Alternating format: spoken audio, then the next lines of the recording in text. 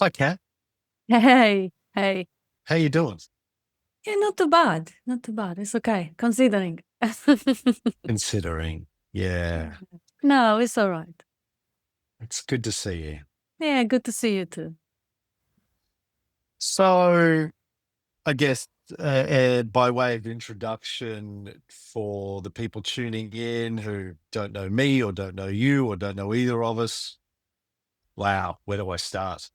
So, the big photograph behind you on the table, Yeah, he's everywhere. um, yeah, He's Bob, everywhere. yeah, Bob was my guru for 35 years, I guess. Your husband and partner for how long? How long were you two together? 9 years and 9 days. Right. Wish there was more. Yeah. And um, so I thought it's been how long's it been? When did Bob pass? Was early this year, right? Yes, 5 months and 2 days. Not that you're counting. No. Um, I I wanted to have you on, talk about Bob, talk about your journey into non-duality and just to catch up, really, because I haven't seen you since he passed. I haven't seen you for a couple of years, I guess, the last time I was in Melbourne and came to visit you guys. Yeah. So, why don't we start with your story? Why don't you tell people how you came to be in Bob's life? Oh, well, I guess I was really strongly identified as a spiritual seeker for most part of my adult life. And life brought me to Australia in weird set of circumstances. I never had any desire to come here, but I was an offshore worker. I was a sailor, so it didn't really matter where I live around the world because I was always sent to work. I was paid for my travels. And so, okay, Australia it was. I came to his meetings and it was blatantly clear that he is not the teacher, that he is actually describing the persistent state of well-being in which he is residing or abiding. So right from the first meeting when I heard him speak, it was obvious that he actually described his natural state, not teaches or theorize, whatever's the word, about something. And then because I worked at sea, I was sparingly showing up every couple of months, maybe for the first year, and it was 2013. Then the next year, I was showing up a little bit more often as the level of psychological suffering was growing up. My attendance was growing up too. I was coming more often. And by nearly the end of 2015, I was actually pretty much listening only to him, not guru hopping, guru shopping, checking everyone else anymore, but really focusing on the way he structured the message, listening to the same spiel, and really having it starting to unpack. And by the end of the year, the suffering was amplified to the point of almost madness. And I had my one and only individual meeting with Bob. And that individual meeting ended psychological suffering in one beautiful blast of realization that the thing that I assumed myself to be is nothing. There's nothing. I am not my emotional self. I am not the vulnerable, pitiful, little, miserable, suffering thing. That is an object in consciousness and not who I am. And that one was basically that extinguished. In that moment, it was obviously, it was clear that there is no more questions to be because there's no one to ask them. So there's nothing else to be found because there's no one looking. So suddenly all the spiritual search disappeared, dropped away, never to come back. I never had another question. So that was the time when I started hanging out with Bob. I would call him next morning because, of course, at this point, he has seen over the nearly 50 years of his pointing, 46 years, whatever, of his pointing to people, relentless and patient pointing to countless thousands. momentary realizations which wouldn't last. And next morning, there would be nothing left of it. And there would be a self that trying to grasp to the experience that it has and wants to come back to it and rebuild it. So when I called him next morning, radiant, laughing, I say, look, there is nothing I need to ask you, but I just want to hang out as equals. And that was something that I would never even conceive of, considering him, the guy, the enlightened, the master. That was pretty shocking. And it was quite sweet because he consistently said yes for a few months. And as we were radiating that joy of being and expressing naturally what lands, because the unfolding only started then. Things started landing, things started showing themselves as obvious. And there was radiance and there was joy and there was something that just a normal animal body would understand or interpret as flirtatious or encouraging. At least, Bob was absolutely convinced that I'm totally lying around and wow, this is an amazing dream. Just kind of flirting with him. And he said, nah, I'm not into, I mean, I don't need anyone in my life. He wouldn't ever say it. But that wasn't my experience. I wasn't flirting with him at all. So a few months later, the situation came when he took me out for we were shopping, we were eating, we were having lunches, we were doing all things together because it was just a natural thing to do. And the friendship between us was just so, like a fresh air, so beautiful. And at some point, he actually grabbed my hand and looked into my eyes. And that was a shock of discovery. Ooh, there is another dimension here possible. And even though it might have looked like my joy and radiance was some sort of a flirtatious behavior, it wasn't in my experience.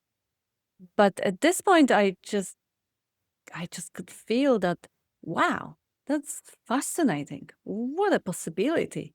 Well, let's dive right into it. Let's full body yes. Life is offering an adventure which was unthinkable only a second ago, but now it is there on a silver platter. And that's how our life together started. We were still hanging out. I went to my ship, working as a ship's navigator, ship's officer. I was calling him 3 times a day. And then before the next contract, he asked me to maybe pause a little bit and give it a chance. Let it try, see how it is gonna work out. And in a couple of years, he's not gonna be around anymore because he's already in his late 80s. So there's a very slim chance that I'm gonna lose my license because I can be away from work for 4 years and then 12 months in 5 years will keep my qualifications. And luckily, I lost them all with absolutely no regret because when I paused that offshore work for alleged 2 years, it stretched out to over 9. And that was the most beautiful adventure that life could ever offer. The dream that I wish everyone to touch upon, to even experience something that Bob never called a relationship because there was no relating going on. There was just, he says, the oneness, the one coming together, natural joining in which the love reflects itself in the other. And even though he was my equal, he wasn't my teacher. He stopped being my teacher at the end of the previous year. I did worship him as a husband because he was like a god. He was, oh my God, what a beautiful, beautiful man. Just so, everything that he was just love. And I was his goddess and he worshipped me in the same way. And that just, when you love one like thyself, you never hurt them. You always support them. You always build them up, encourage them, give them, put the haven in their feet. And that was the life we had. Every Beautiful. day, everything up until the last breath. Hard not to miss. Okay. So let's unpick some of that. Yeah. So what was go back to the moment you said that it all went away for you. Yeah. the illusion fell apart. Can you remember what the insight was and how it came about in that moment? Yes. Yes, that was the point when the psychological suffering caused by, well, it's always caused indirectly by the identity, but at this particular point, it was the identity that was projected on me, on my ex-partner. He saw me in particular way, which was just, for me, it was so false, so wrong, and so dehumanizing and demeaning. This was his conceptual image of me. I was the ship's officer, the smart ass, someone who can forge shit in the computer. I never forged anything in the computer, but we did buy a house, and I copy and paste signatures, so we didn't have to print it. But the conceptual image, which was just kind of like a rough, dry, and dead, really insentient. And I was telling it to Bob, sitting in front of him, and I say, look, this is the most painful thing. This is, I wasted 3 years with this guy, and I came to Australia and sacrificed everything, left everything behind to make it work, because we are both spiritual seekers. We were supposed to, wake each other up or remind each other about being mindful and all that other nonsensical spiritual shit that goes about. And he sees me as this. I am not this. Come on, Bob. I'm not this. There is nothing. That's not me. I'm this. I'm the emotional self. I'm vulnerable. I'm fragile. I'm feeling rejection. I'm easy to be hurt. This is who I am. And he is just looking and respectfully enough, not laughing out loud, but the little twinkle in the lip, a smile, as I'm presenting two empty hands to him and showing him that this is what he is seeing and this is what I truly am. And at the same moment, looking at it like, shit, oh my God. Yes, this image is ugly and insentient, and this image is a little bit more kind of alive, but how different are they really? They both mental representations, they both conceptual images. And really, they're not even that. Look, those hands are empty. There is nothing there. So I'm not this, obviously, that we've established, but I'm not this either. Like, how could I possibly be this? And then with the crying, because this was the point of my absolute devastation. I came really mad in pain and suffering. So I was crying pretty much consistently. And then the crying became laughing, like, oh shit, this is it, isn't it? It must be it. Like, Chris, I'm not this. And the idea didn't come to represent myself as something different. So there was never, ever a representation or answer to a question, if I am not this, then what am I? Because there was no one there to ask it. There's no one there who gives a shit. I have no idea who am I, and I have absolutely no interest in finding out and defining, putting any limitations on the sense of presence of being. I am, full stop. So you saw through the narrative about what you thought your true identity was, saw through the illusoriness of that, how that was just another story, another narrative, Yes. and the desire to have a third narrative just wasn't there. It No. was just, okay, let it all go. Yep. And that just happened, and that was it. That's Fell it. away immediately. Yeah. Immediately. Of course, there was the persistent ideas that habitually stick away, they started dropping off. Because there was still a lot of concepts about the world and people and myself. Mm, mm, Not that sense of self-obsession, it dropped away immediately. The sense mm, of unworthiness or deficiency or being not enough, or all that nonsense that I was mm, subscribing fully with both hands for most of my life. That one mm. wasn't there because there was no one there to have it. But they were still quite a rigid, fixed ideas about what you should eat and what diet, what's good, what's all that stuff that just been there in the system for 20, 30 years. it took time to even actually just look and realize that there is no base for it anymore. There is no, I don't know anything. That was just like on inertia. And it took some time to even realize it. I think it took a couple of months. I took a trip to see my mom, and I went to the ships, and took couple of months to even realize that I'm not preoccupied with future and planning anymore. And it was such a big part of my life, constantly the next moment, the next day, the next adventure, the next spiritual adventure, whatever. And then suddenly there was no attention going there at all. The future was just non-existent. There was this moment presenting itself and ever changing, but there was no interest in dwelling in it. There was also not much of analyzing of the past, not much of the chatter. For the first 6 months, not much of a sleep either. I was just so full of energy. It didn't seem required. Later on, it normalized. It became kind of more ordinary, that sense of elation, which only comes as a contrast to a sense of suffering, because it really isn't. The idea of eternal ecstasy or bliss is just a sales speech. There's nothing. It's ordinary, most ordinary, natural state. But the contrast of being completely suppressed and completely drained and in deep pain and misery, and then suddenly just absence of it is in itself like the Buddhist description, hammer your head 100 times and then stop. How nice is it when they stop?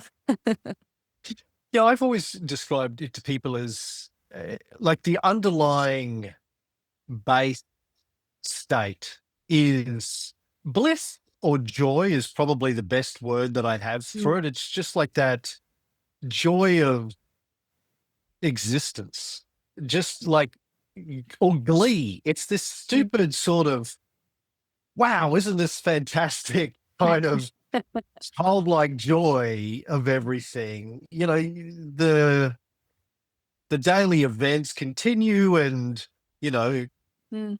Mm. we don't judge them, because you stop judging things as good or bad. It's just, well, this is what's happening right now, and you can be in the moment, and people will say to me, even Chrissy will say to me, when you're stressed or you're angry, I can tell. And I'm like, well, that's your narrative of what you see based on my face or based on what I'm doing, but that's not what's going on. Like, my experience is, this is all sort of just equally interesting and fun, whatever it is. But yeah, like the whole idea of permanent bliss or joy, I think it has been my experience that that's the basic operating system. Is it's just joyful, regardless of, you can be going through relationship issues or business issues or financial issues or whatever it is, but that's just a story. Like, the underlying thing is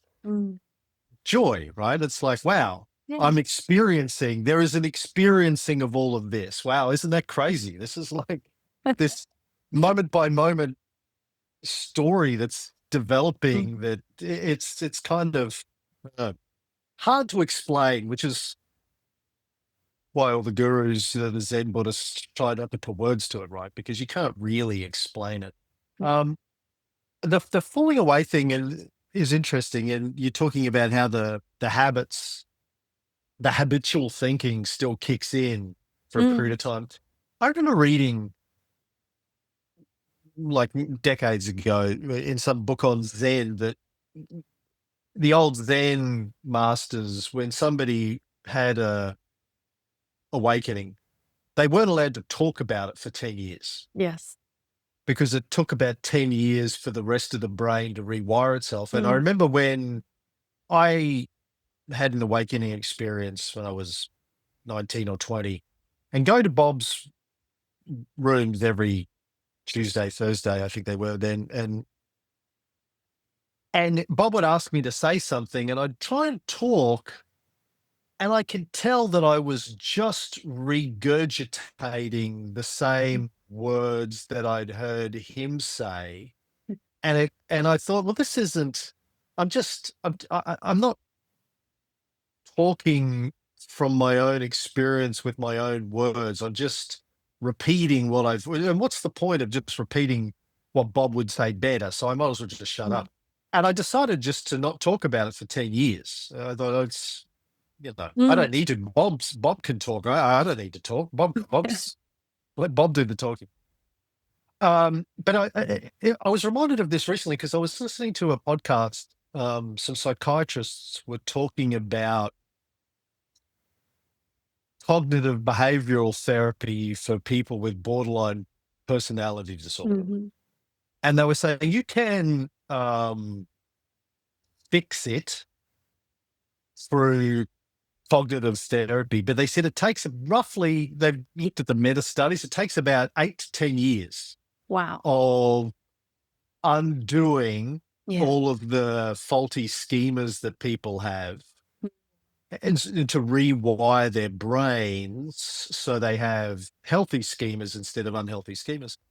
And I thought that's interesting. 8 to 10 years Yeah. to rewire a brain, right? Seems like it. Yeah. Yeah. When people say to me, I had you talked about Bob seeing people that have the experience and then it's gone. I've talked to people about this over these. Like, yeah, I remember like I had to sit with it and remind myself kind of every day for years and years. The thoughts would pop up. Oh, I should do this, or I shouldn't have done that, or they thought this, or they're going to do that, and then that remembering would pop up. Oh, Mhm. that's all an illusion. That's all. Yes. That's just a story. That's just, and we go, okay, so ignore Mm. that. And that process went on for years until eventually it just becomes the default mode network. Yeah. Any thought that pops up and goes, but you go, no, but oh yeah, okay. Yeah. But Mhm. she doesn't have, she's a story in your head. Oh yeah, that's right. Mhm. But you could have, no, you couldn't have done anything different. You did exactly what you had to do at the time. It's just the Mm. universe playing out. Oh Mhm. yes. So over time, those spikes of inattention Mm. or loss of attention, whatever it is, just sort of go away. That's been my experience anyway. Mm. Um, okay, so tell me what your experience of daily life is now after. No, well, before we get to that, how did you end up at Bob's in the first place? You said sailor ship. You're in Australia. Next minute, you're at Bob's. Well, like, how did you end up at Bob's? Like, how? It's Yeah, a that weird was place to end up. yeah, that was actually I when I ended up in Australia, I was in a relationship with a guy who I met in America. And he brought me to his meetings because he was into Course in Miracles. That's where I met him. And I actually really only resonated truly and fully with the part of Course in Miracles which was about non-duality. Jesus, your older brother, wasn't my thing. So he says, oh, if you like this part, you have to meet Sailor Bob. But you're not going to understand him because of his mumble. So you better listen to Chicago Talks first and read the book, and then you will be ready. So I quickly swallowed the book and I listened to the talks. I got familiar with his accents. And then I came to the room. He brought me one Sunday. He came with me a few times, but he was also the AA member. That was his main program. And So he discovered Bob through the fellowship. yes. Right. Okay. So later on, I was just coming by myself. I was just Right. hopping on the tram and getting off on stop 42, Yeah. which is the answer to life and everything. Yeah. And I was getting reminded of the answer to life and everything. And it would last. I would come to the meeting and I would immerse in that reminders and I would resonate strongly with them. But there was still, and I would walk out of his rooms like really elated and really free from the mental suffering, which would last for probably half a day or maybe a day. And then the sense of agency would rebuild itself. Oh, it was me. I had it and I lost it and I forgot it. And I have to, Yeah. the obsession about the I again. So I had to come back again. Yeah. And then the Okay. time came when I had this individual meeting with him in December, and then I didn't need him anymore. Yeah. but I had no one else to just blurt that bliss of the discovery. And he loved it. He loved it. I mean, of course, there's nothing more rewarding for anyone than just see someone come home, just a clear reflection. Wow. And it lasts. Yeah. Yeah. And yeah, as I mean, I never really had this conversation with Bob, but I'm sure out of all of the thousands of people he did talk to over the years, it's a fairly small percentage of people, I imagine, that stick with it and, have a realization and stick with it and, abide in that for the long term. I don't know what the percentage of people it is, but I imagine Um, it's relatively small. So when those people come along and they, mm, they get it, and it has the same impact for them that it had for you when you got it and let go of the story. It's great. I'm so oh, happy for them. yeah, absolutely. I think it was getting a bit better, but he had times of frustration when, oh, yeah, people seem to be resonating, but then they're still miserable. But it tends to be better when, I think just, yeah, before COVID, I set him a Skype account and he started speaking with people, individual appointments via Skype. Then later on, we transitioned to Zoom.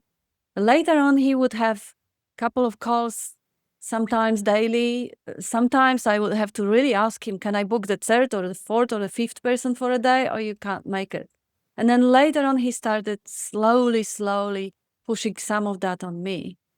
Uh, but he said, statistically, it seemed like there was more people that were embracing the message. But again, how lasting was it? I could see in our Zoom groups, they were people who came, expressed the beautiful clarity one, second, third time, just as a service to others, and then they stopped showing up because they didn't need it. Once in a couple of years, they Mm. just checked in and said, "Look, life is just a smooth sailing. Mm. There's nothing wrong."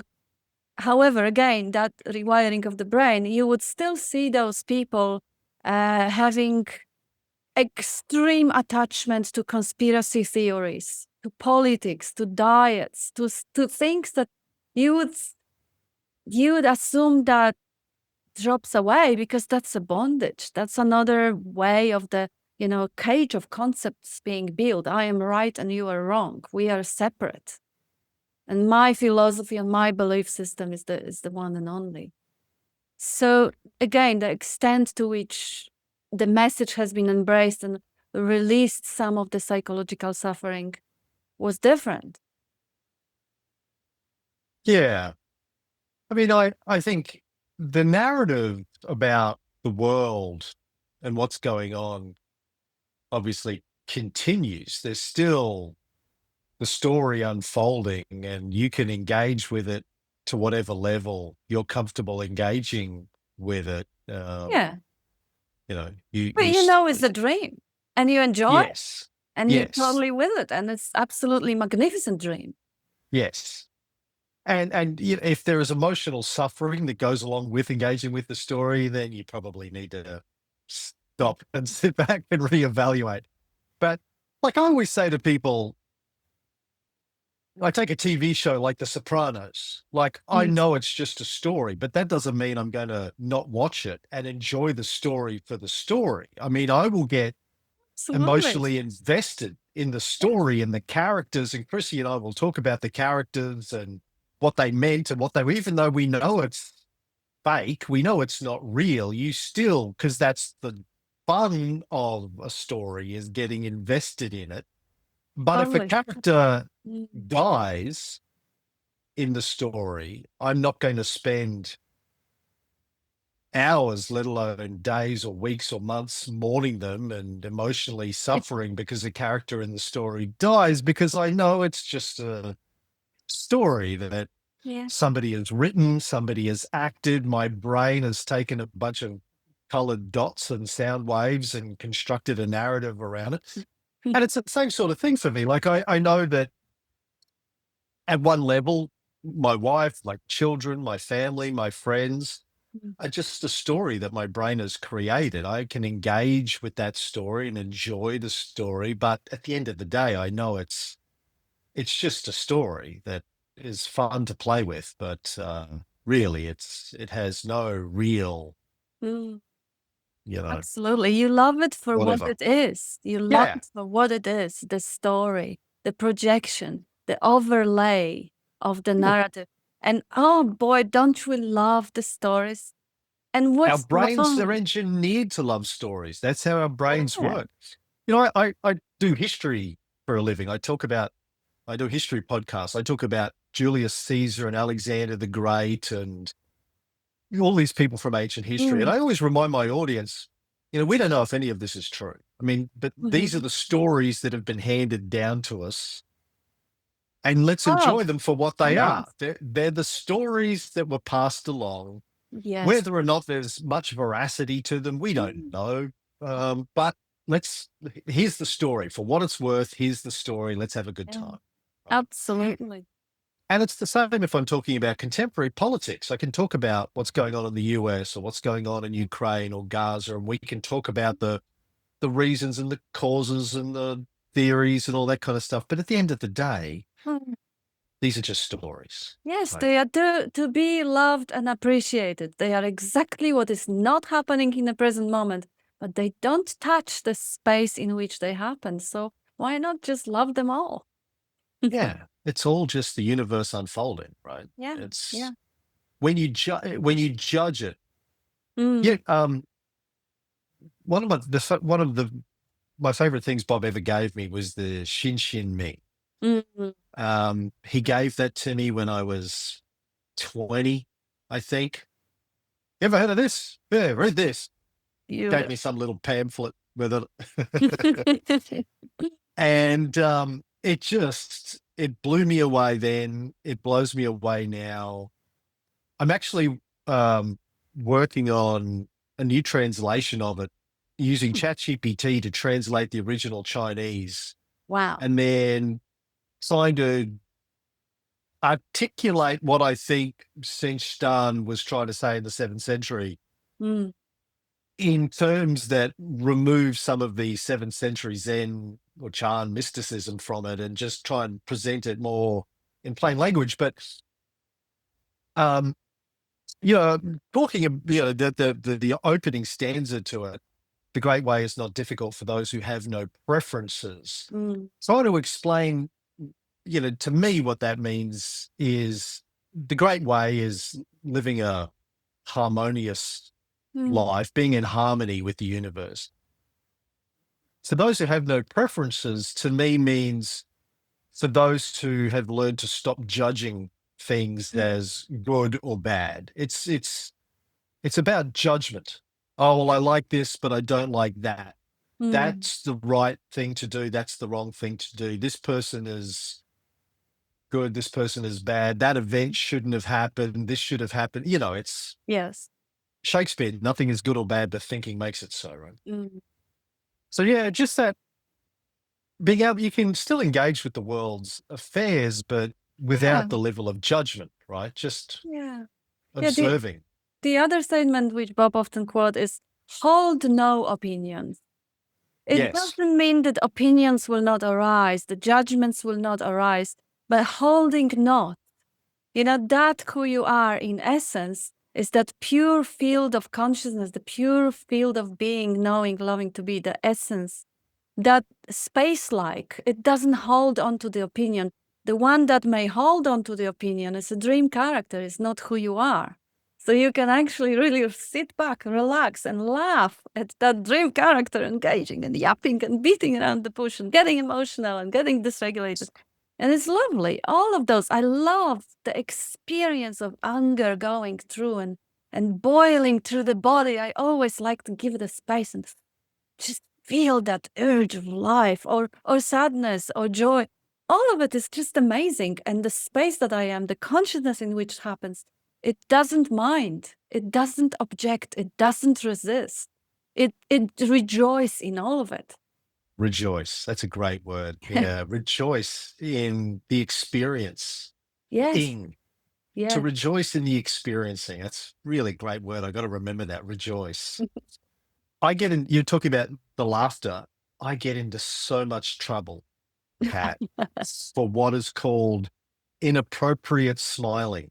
Mm, Because I'll be in situations where somebody is getting really emotionally worked up over something and they're really angry or, something. And there's part of my brain that goes, this, while they're, it's like, I try really hard to fight this in the moment because I know it upsets people. But I'll be hearing them going on about something, and there's this part of my brain that's going, don't you know this is just all a story? Like, it's so amusing to me yeah. that you are so caught up and Mm, it's affecting you emotionally, oh, psychologically. mhm. And to me, it's like funny on this deeply, it's deeply funny to me that people get so caught up in these stories that to me is just so obviously, it's just let it go. It's just a story. And so Yep. I'll be, I'll have this burst of laughter that's trying to break out, and I try and fight it. But the more I fight it, the worse it gets. Because then my brain's Mhm. going, "Oh, in this illusion, I'm not allowed to laugh because that would make it worse," and it compounds. Do you ever find that? Do you ever find yourself laughing or smiling at inappropriate moments? Well, I do find myself holding back, just like you say, like, oops. Yeah, now pretend you are very serious. The matter is really, really serious. For And that some person, it's really serious. Like they're yes, having a traumatic experience, and you don't want to make light of that. no, no, no. Sometimes there is that field where I'm just the emptiness in which they outpour. And I found myself in a really weird situation since Bob passed away. I was requested to assist in psychedelic assisted therapy when people under the influence are pouring their hearts out, are screaming, yelling, speaking tongues, and I'm there to ensure their safety and somehow hold space for whatever comes up for them. And sometimes it is incredible trauma and it's like this primal scream. And there is a space of respect and compassion for that process. And there is also a space in which I'm kind of honored to be witnessing that intensity of the dream. Nonetheless, I can't help but every now and then just bring back that reminder that, look, this is just a different dream, but the consciousness in which it happens, it doesn't change. That's who you are. People feel like they're dying. I say, You can't die. Mm, Whatever's dying is not you. mm, Just relax. Just let it kill whatever is not. Just nothing can happen. And mm, sometimes it is, like respectfully impossible not to just bring it back to what is happening. mm, Only gently, because yes, you do want to. It is a beautiful thing to witness something so, gosh, so extremely psychedelic, like the volume up on mm, everything, the colors, mm, sounds, the experience, everything is just like they call it unspecified amplifiers. So it's non-specifically amplified whatever is happening there in that machine, whatever energy, whichever way that energy labels itself and appears.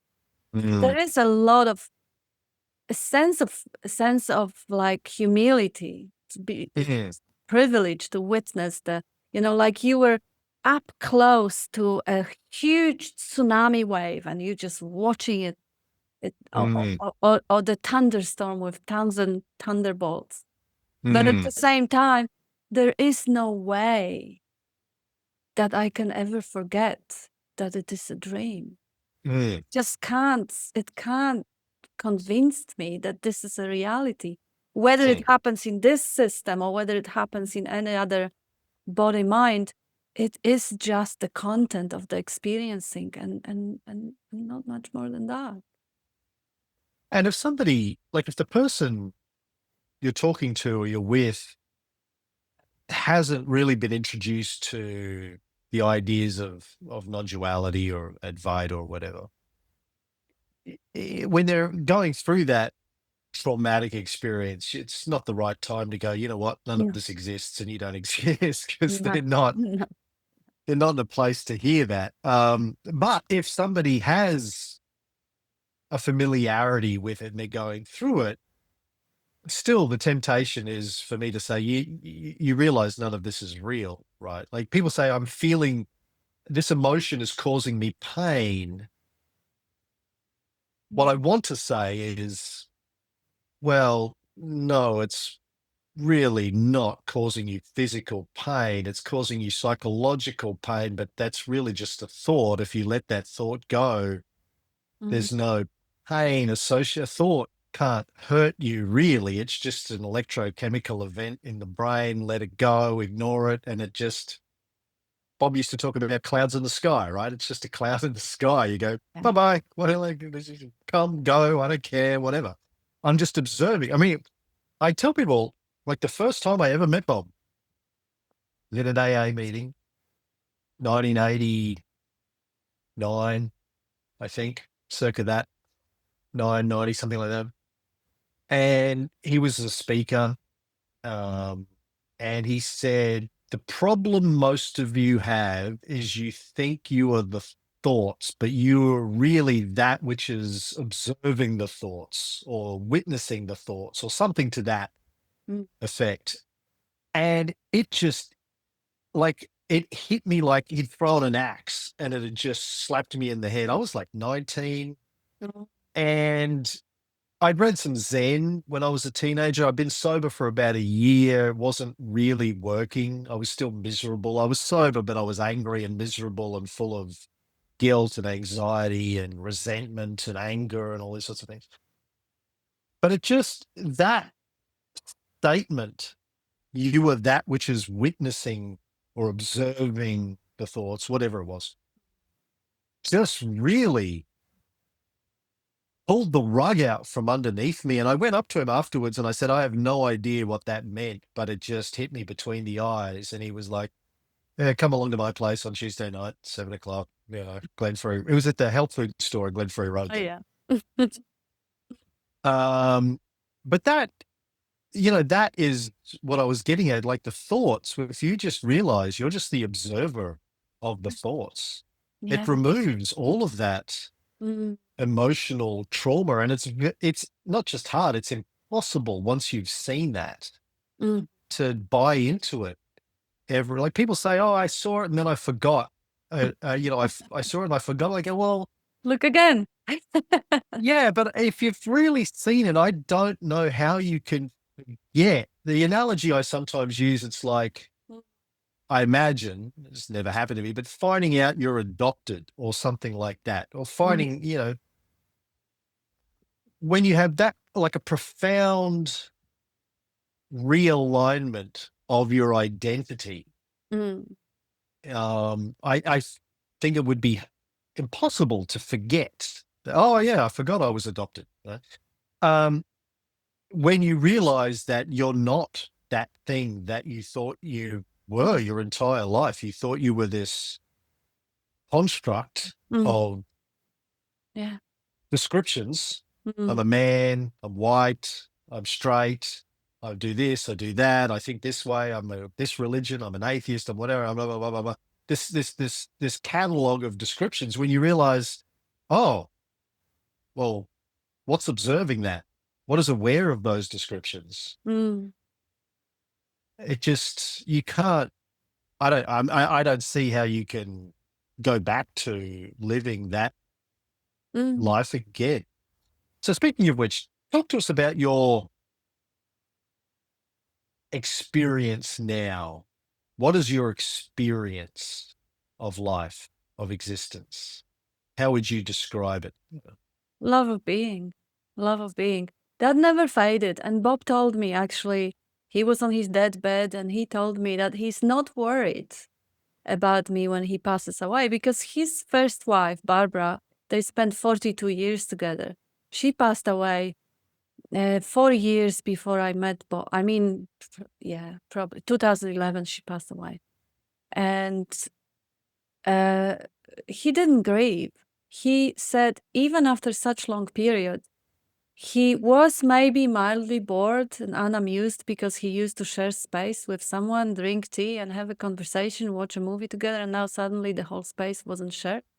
Unamused maybe, bored, but there was no grieving. But to others, to his neighbors, to his friends, he looked like he's miserable and depressed. And he said, no, this is not my experience. Yeah. So there might be people who are experiencing me in a different way, but I don't Mm. think so. Mm. I had Bob was my greatest miracle in my life, that he actually just landed in that field of awareness and just and was, yeah, he's light of the world, the greatest, clearest, most beautiful reflection. But I had another miracle 3 months before Bob passed away. Was my 50th birthday. And there was, at some point, there was a possibility of using it as an excuse for the community event where people could hang out with Bob. But he was really, I mean, gosh, 2 years before that, he was told that he's not going to make it to next Christmas. He outlived all the diagnoses. Against all odds, against predictions of doctors and palliatives and everyone. So the chances that he will even be on my birthday were very, very slim. So I called off all the preparations and all the parties. And rightfully so, because he could barely move out of the house to have a piece of cake outside on a table that they set. But for that party, a friend came who was here a couple of times before, and she embraced the message naturally and easily, just as if it was ripe inside, ready to fall in. And she was the one person that I didn't actually call and urge to cancel the ticket and not come, because others who were supposed to come from interstates, I told them, don't bother because it's not worth it. And she did come, and she stayed. She was helping us. Sorry for that. First, she was helping us with the just around Bob. You know, there was a lot of medication. There was a lot of regular domestic stuff, and then she would extend her stay. She was from Perth. Then she would extend for another week, and then I asked her if she would be willing to move in with us and help further, and she did. And she is the second miracle, and she's still here. And I don't know. That's Oh terrific. yeah, want to come and say hi? Like, just as, oh, she's got a visitor, but she's with us to this day. And this is Cameron, and it's Hey, Tanya. my beautiful miracle. Lovely to meet you. You too. Yeah. Sorry about the interruption. Okay. Visitor. Yeah. Don't visit us? That's fine. Yeah. Mm. Maybe Nice to be described as a miracle. That's lovely. Oh, Yeah. she's an angel too. An angel and a miracle. An Wow. angel and a miracle, yes. And my gosh, and my life is, how not to be in love with being. If, Bob was leaving me in that mighty hands of Tanya. When Bob needed the help with the meetings, with preparations, with organizing everything, I was there. Yeah. Now Tanya is there. So we held meetings together. I remember when Barbara passed away. Mm. I knew Barbara for many, many years. Barbara was a character. Wow. She was a strong personality, and I remember her sitting in on Bob's meetings and sort of arguing with people about stuff and arguing with Bob over stuff. Bob used to say it was like no man is a guru in his own house or to his own wife or something, which was hilarious. But I remember speaking to Bob after Barbara passed away and saying, what's the experience? And he goes, yeah, well, it's what you would expect, right? The story is just the story, and you just the acceptance of reality, and okay, that that illusion was part of the narrative, and Yeah. now it's not, but still in my mind. And it was the way he described it was exactly how I imagine. And people Mhm. say to me, well, how would people who are skeptical, they say, well, how would you feel if Chrissy died? I go, well, I don't know what the experience would be. I mean, I can guess, but you never know until you go Yeah. through that sort of thing. But when you have complete, what I often refer to as radical acceptance, when you just radically accept everything as what is right now and you don't judge it, then you're going to just go through every experience in life like that. And there might be tears and there might be sadness and there might be joy or there might be rejoicing. I mean, you don't really know and you don't care. You care. find out. Right? No, Find yeah. out when it's ready. I absolutely love every outburst of tears when just day before Bob passed away, he was, he could hear, he could squeeze the hand, but he was semi-unconscious. And couple of days after, the outbursts would come like every couple of hours, and it was something extraordinary that I've never knew before because there was no resistance. It was just like a wave of crying coming up, completely welcome, completely sweet, kind of pleasant. It was a pleasure in not inhibiting it in any way. And it would last for a couple of minutes and it would be gone just as it came. Like, Yeah. wow, that is so fascinating how this body mind is processing. And it is fascinating up to this moment, whatever is coming up, how is this body going to respond? Because how would I know? It's fresh and new. This moment never been here before. It's never gonna be here again. So it's a mystery. It's a discovery. It's a journey of curiosity and fun. But there's a difference. There's a difference. I think. Tell me if you agree, between sadness in the moment and extended suffering. Oh, definitely, Right? Yes. Because the extended suffering, emotional suffering, is tied up with story, a thought, a narrative. Yeah, this shouldn't have happened. This shouldn't be this, that, the other. As opposed to sadness. Like I cried when I heard Bob had passed, and Chrissy and a few people tried to, obviously my relationship with him was different to yours, but he was one, the most important people in my life, the most important things that have ever happened in my story was Bob. Bob literally saved my life. And, he was like a quasi father figure to me even before that, because I had not a great relationship with my father. And, Bob was the guy that I went to with my problems and I talked to about stuff, outside of non-duality too, like just as an AA sponsor, kind of older member, older man, that kind of thing. Like he was in his 60s and I was I was 19 or 20, right? I think I was there for his 60th birthday. So something like that. And I thought he was really old at the time and probably didn't have long left. Now I'm nearly 55. I'm nearly the age Bob was when I met him, right?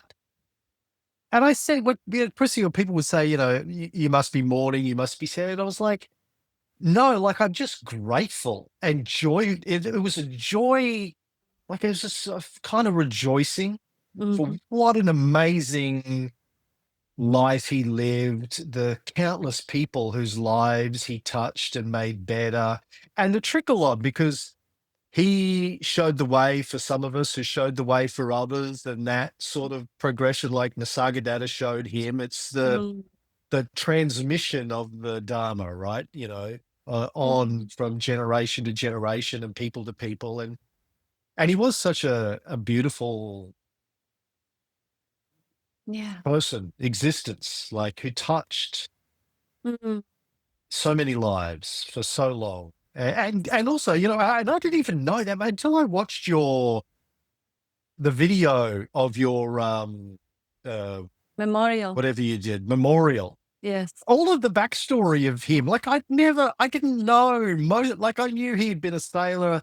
I knew he, had been an alcoholic and got sober, and that's pretty much it, because we never talked about that, because I was like flabbergasted at the number of stories that you've been told, that like, oh my God, I knew this guy for nearly my entire adult life and I didn't know any of these stories.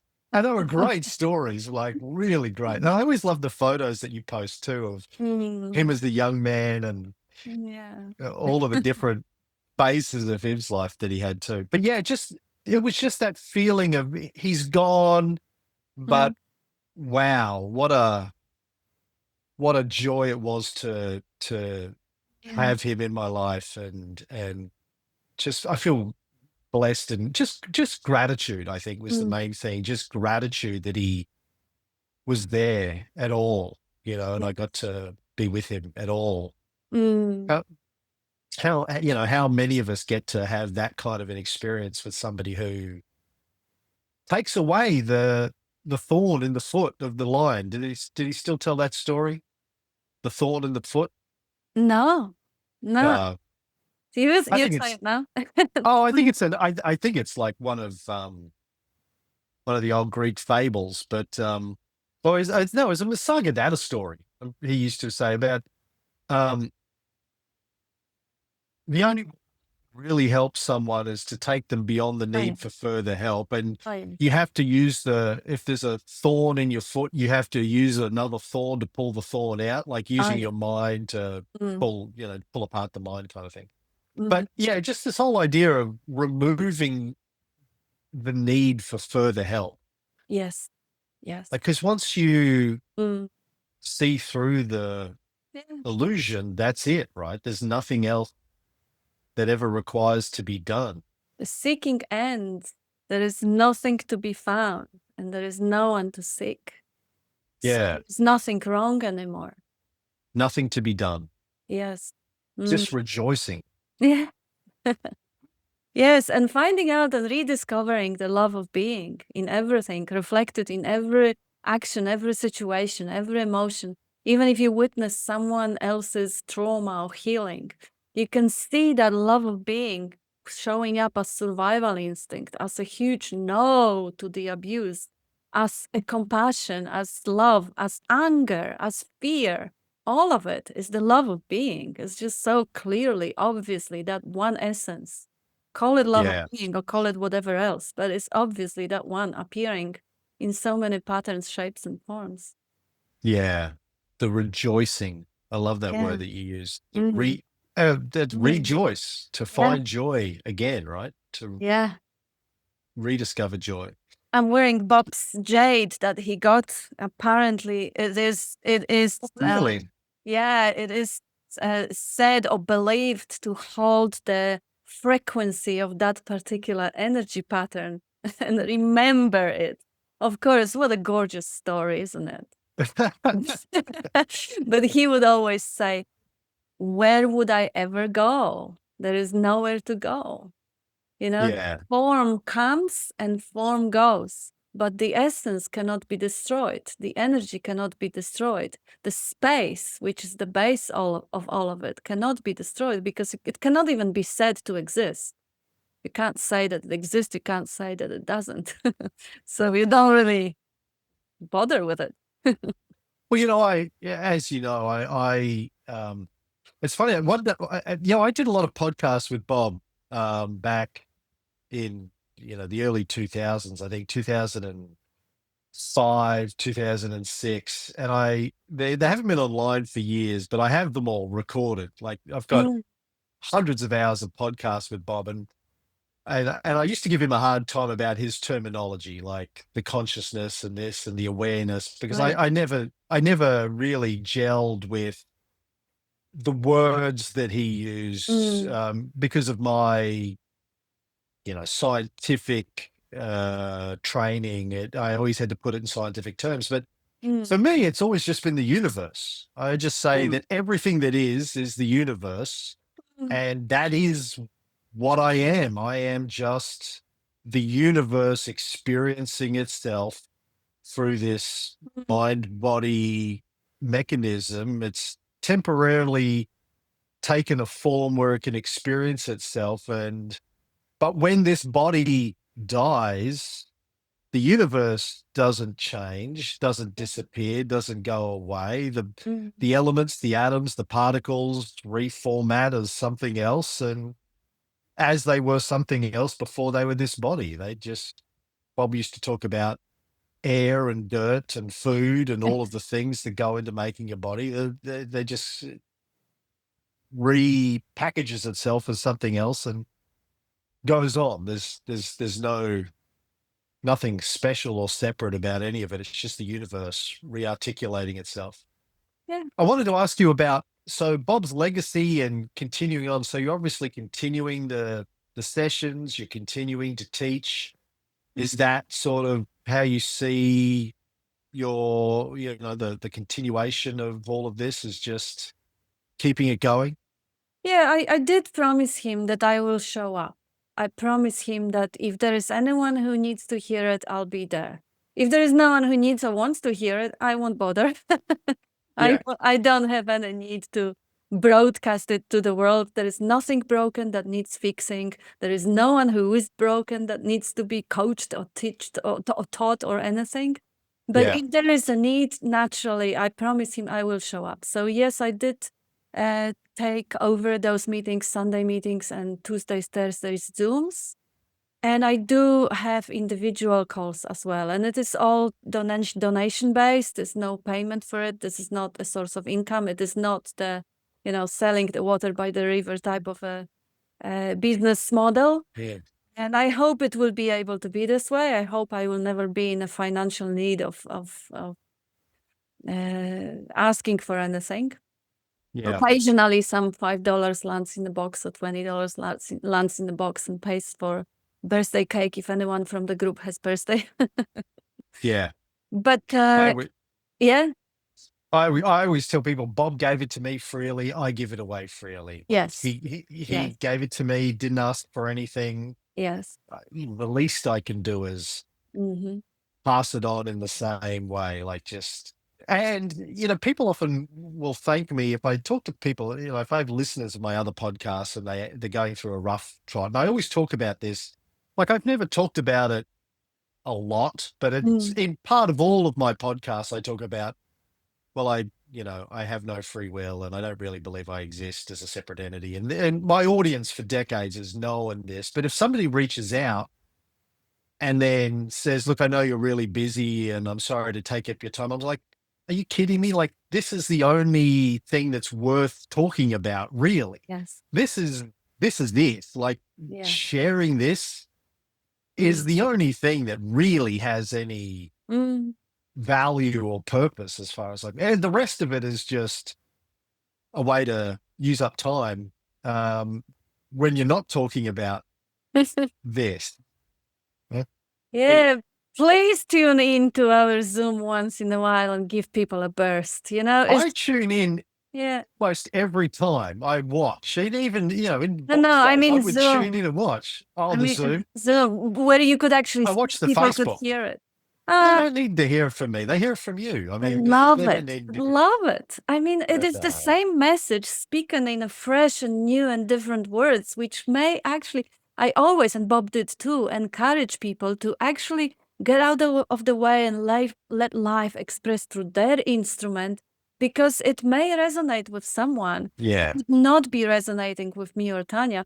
It's so refreshing to hear it. And it's also so reinforcing when there is, let's say, 20 people in the group and 3, 4, or 5 can really strongly resonate and show it in a different words, in different ways. It just seems so obvious and easy for everyone else that they stride away. Oh, of course, it must be simple. It must be. Otherwise, it wouldn't be that many who actually effortlessly embrace it. It really, it helps. I know that from my Kung Fu. Chrissy and I are sort of obsessed with Kung Fu these days. We do lots of Kung Fu classes and it's always great because we have our black belts there, but there's like lots of different people. And you will ask somebody, how do you do this thing?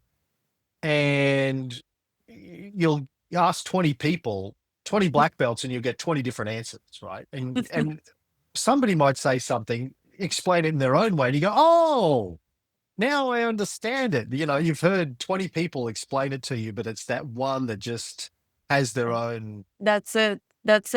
I actually, when I used to come to Bob's meetings, Bob would say the spiel more or less the same every time, maybe slightly different. He said it the same way then for 40 years, man. Yeah. And sometimes one of the guys who were still seekers and still far in the forest, not really understanding much, but asking about some part of the spiel in slightly different words.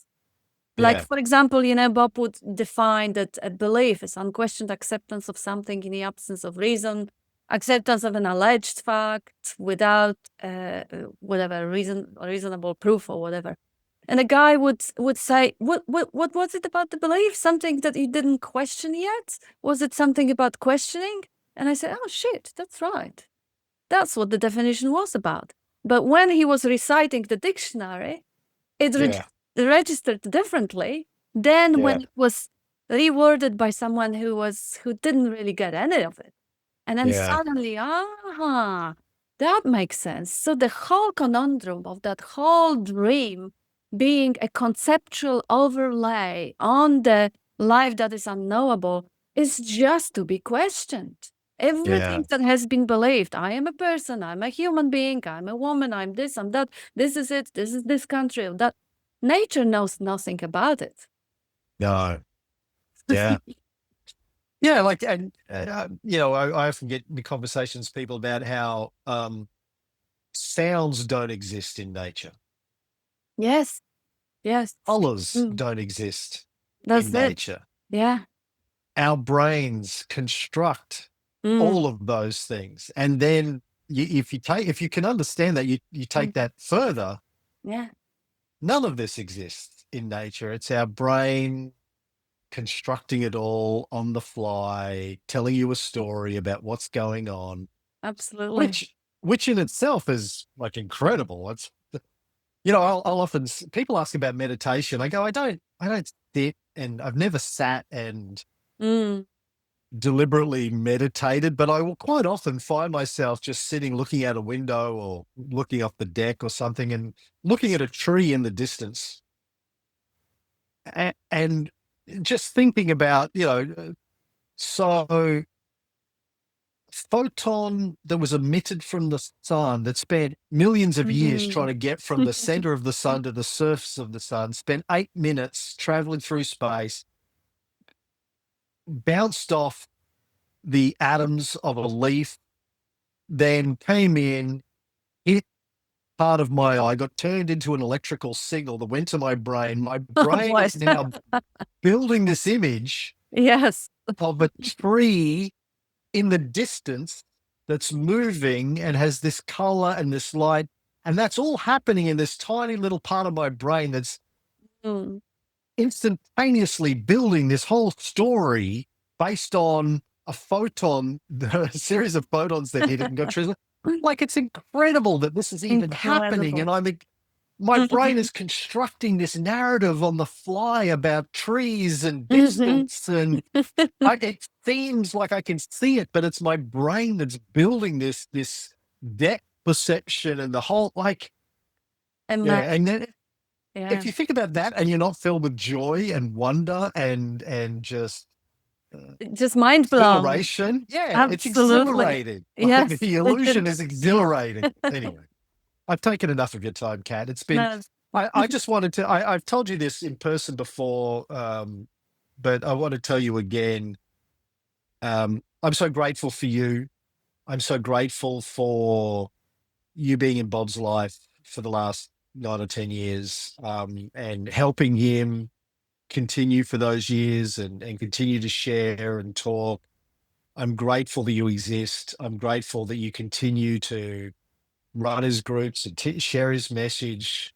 And you bring me lots of joy. I love tuning in to your Facebooks, get the live stream, and it just brings me joy to see you there, continuing to keep the flame alive and to share that essence of what Bob was.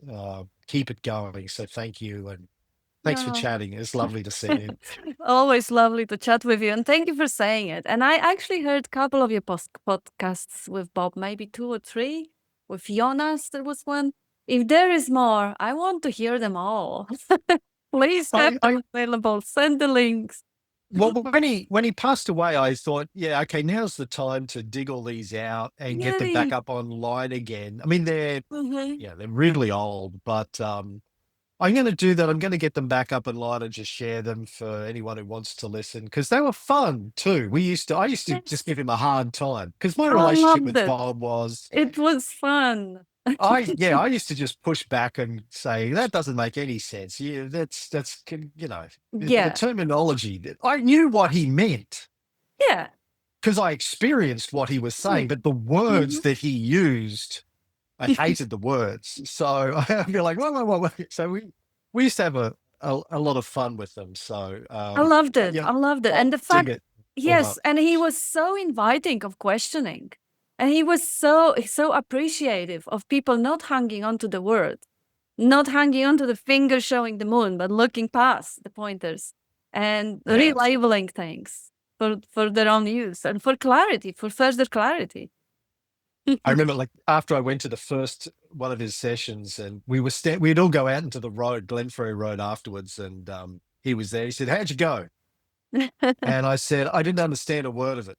And he said, doesn't matter. Just ask yourself this question, what am I? And just Mm, stick with that, see what happens. yeah. And pretty much that was it. I just then Mm, spent the next year completely obsessed with answering that question because I believed he knew something and I wanted to know what he knew. mm. I just believed. I saw the glint in his eye, and I thought, I want that. Yeah, yeah. That sense of joy that Bob had. I wanted to feel that joy of Mhm. Of existence. realizing that, yes, that absolute certainty of your own existence, you also know as well as he does, but at some point it is just completely ignored. Most people just completely ignore that miraculous fact of their own existence because they are so busy in their minds, in their stories, Yeah, distractions.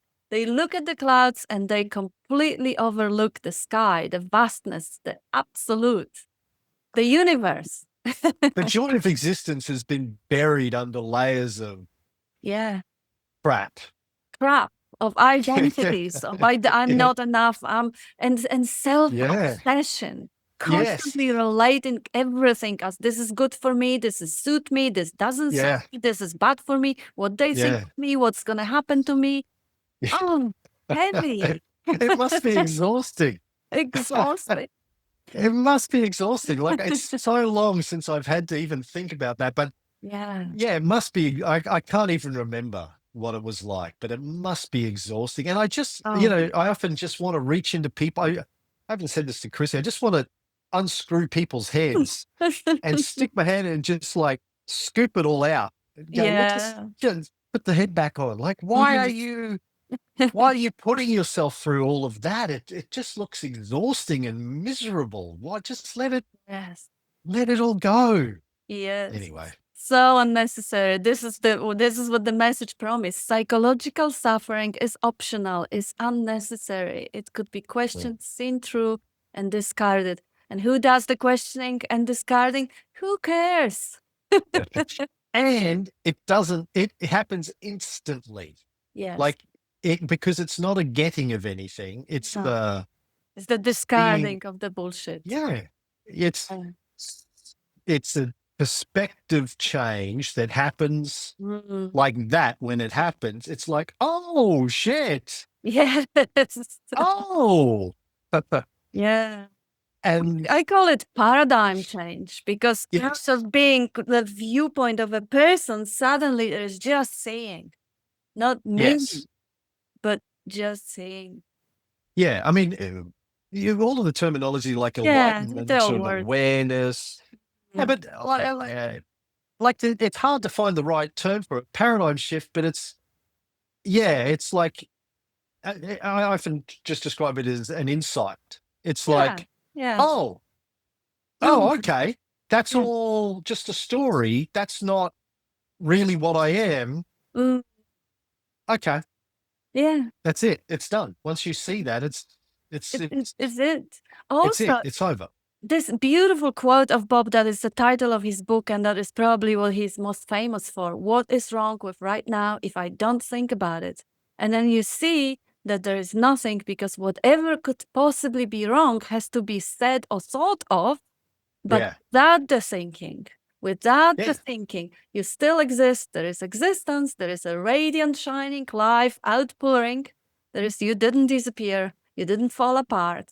You can't say what you are, but you can't deny that you are. And It's a great isn't it a great miracle? saying. Isn't it a When miracle? Yeah. when I first heard the title of that book, I thought, well, that's bullshit. I don't like that. That's too clumsy.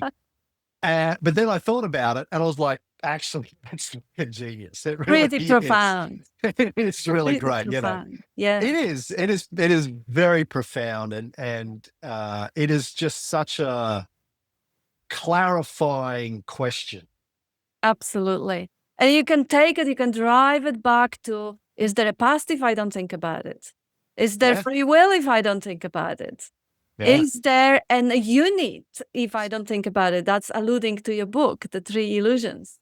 You Yeah. can see that all of those things are only there because you think about it. Yeah. So they And all mental constructs. and when you don't think about it, what's happening? Just Exactly. Can that be happens. experienced directly without the intermediate Yeah. or translation or interpreting of the conceptualization? Nope, Yeah. they can't. The Yeah. past can't be experienced. It can only be imagined or remembered, which is form of imagination. Yeah. And fear of the future, anxiety about the future. Yeah. If Yeah. you just sit in the present moment and don't think about it, what you know, Yeah. Yeah. where's the problem? Exactly. Yeah. Yeah. And even the anxiety about the projected or imagined is happening right now. Yeah. All right. I could talk to you all day, but I should It's let you go. joy. But it Yeah, it is a is. joy. And it's It is a wonderful joy. to catch up. Yes. Yeah. And Thank you, love the Kat. But curiosity. thank you. I'll see you next time I come down. Yeah. Lovely. Okay.